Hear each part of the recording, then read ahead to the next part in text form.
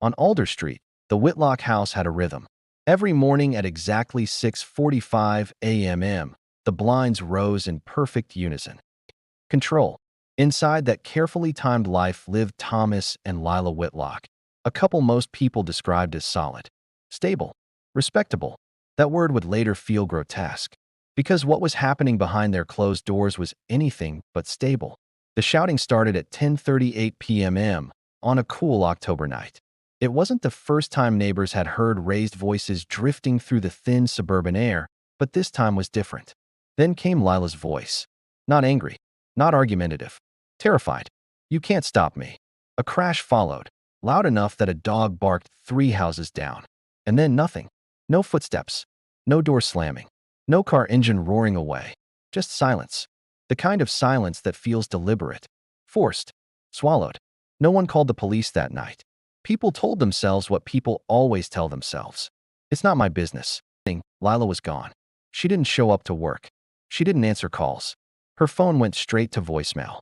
That alone, when officers knocked on the Whitlock door that afternoon for a welfare check, Thomas answered looking composed, almost rehearsed. "She left," he said calmly. "We argued about money." She packed a bag and stormed out. "What was she wearing?" an officer asked. He paused, just briefly. "Jeans. A sweater." He didn't mention the red silk blouse she had worn to dinner earlier that evening. He didn't mention the bruise forming across his knuckles. He didn't mention the room in the basement. Because that room wasn't meant for police. It wasn't meant for anyone. The Whitlock home was immaculate. Counters polished. Floors gleaming. The air smelled faintly of lemon disinfectant. Too clean, one detective would later say.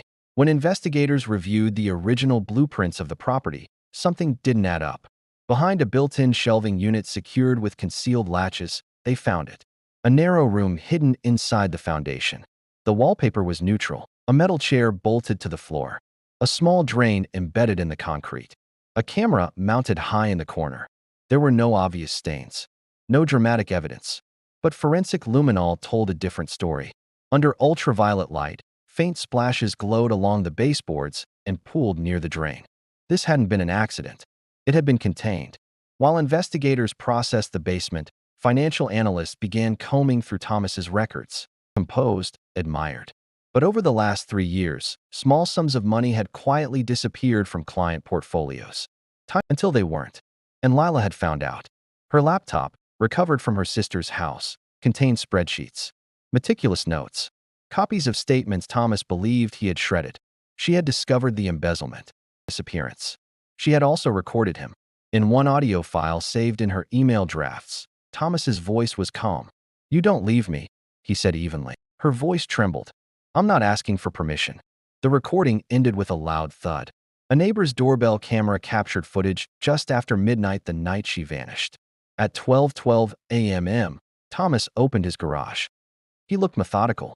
GPS data later placed his vehicle on a rural service road at 1:03 a.m. 3 stops. 3 attempts to erase something that would not stay buried. Search teams found the red silk blouse first, tangled in branches along a riverbank. The autopsy revealed restraint marks, blunt force trauma, evidence that she had been alive long enough to understand what was happening. That detail shattered the courtroom months later. She had known. She had realized the man she had built a life with had chosen reputation over her survival. Thomas held steady through 12 hours of interrogation. Then detectives played the audio recording. The room went quiet as his own voice echoed back at him. They slid across the table forensic reports linking concrete dust from his basement to soil at the burial site. Fiber analysis. Cleaning chemical matches. For the first time, his composure cracked. Not dramatically, just a tremor in his breath. She was going to ruin everything, he said. Everything. His career. His freedom. His image. During trial, prosecutors revealed something even more chilling. The basement camera had been installed 2 years earlier. A hidden hard drive, isolation, threats disguised as concern. He had been documenting her long before he killed her.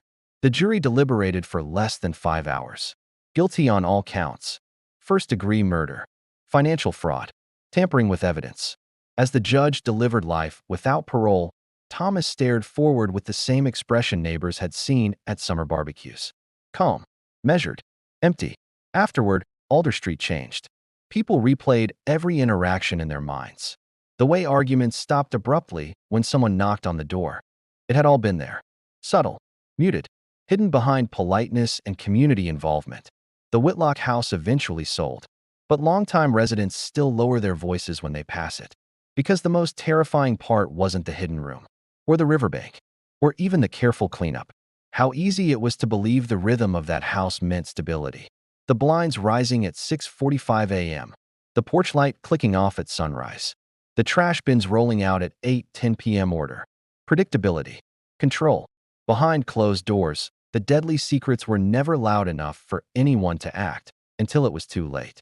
And now, when shouting drifts through the neighborhood at night, no one tells themselves it's none of their business.